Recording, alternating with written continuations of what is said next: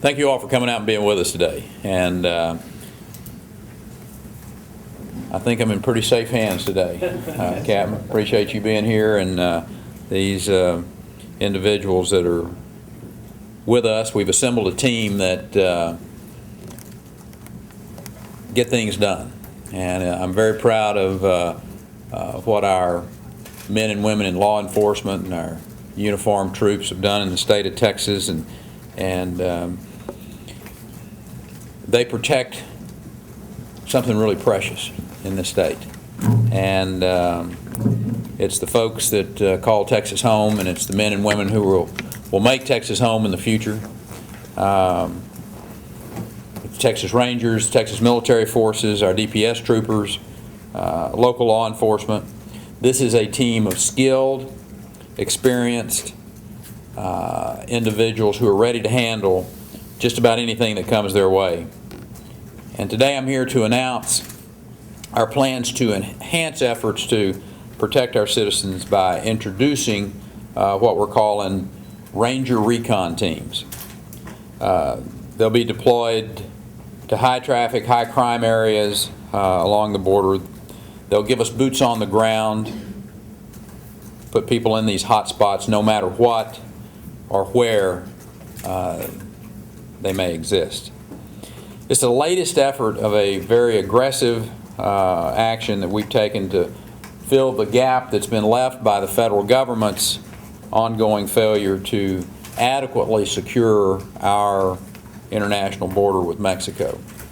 I genuinely appreciate the efforts of Border Patrol agents. They've done a spectacular job over the years working with us. They're a very hard-working group of professionals who play a key role in our joint effort. We've had, I know the Colonel's going to talk here a second about some of the interaction that we've had with our federal counterparts.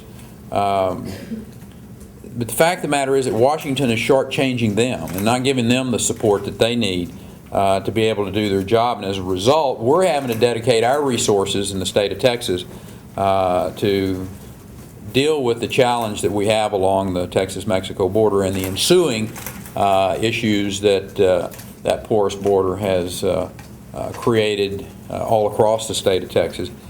And I know I've got a member or two of the legislature here, and Senator, thank you for being here, and Fletch. And the key is that we've really worked together well, and I wanted to say thank you to them in a public way. They responded to the requests that I made back during the 2007 legislative session and again in 2009. They devoted more than $110 million during those two legislative sessions to beef up our security along the Texas-Mexico border. Our philosophy is based on putting boots on the ground. We know that's what will work. Equipping those vigilant professionals with the technology and the training and the funding, that is how you stem the tide of contraband, the illegal activities that go along with border crime. We also just recently awarded $2 million to the Border Sheriff's Coalition to continue virtual Border Watch program. And I want to thank Don Ray of the Border Sheriff's Coalition and his folks for the ongoing support of this program. Our border sheriffs have been a very key part of our effort. They have been working with us and traveling to Washington, D.C., trying to cajole and educate Congress for some years now as to the needs that we have along the Texas-Mexico border. All of these efforts collectively have had a very positive impact. We've seen crime in targeted areas drop by more than 60%. The fact is, Texans are safer today because of the efforts that we've collectively made together. We have taken a more aggressive approach to policing the border. But the bad guys are very flexible. They react to our changing tactics as well.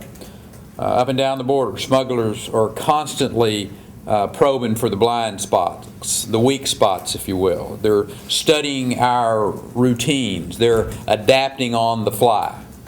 And as a result, we have landowners all along the border who are finding their farms and ranches overrun by smuggling operations. Often armed individuals are on their property with no respect to that property or for our laws or human life for that matter. By introducing Ranger Recon, these are individuals that can stay on the move.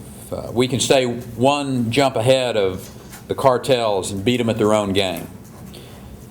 They are Texas-style solutions to a problem that would also be helped by the arrival of 1,000 National Guard troops that I have asked the federal government to supply us since the first of the year.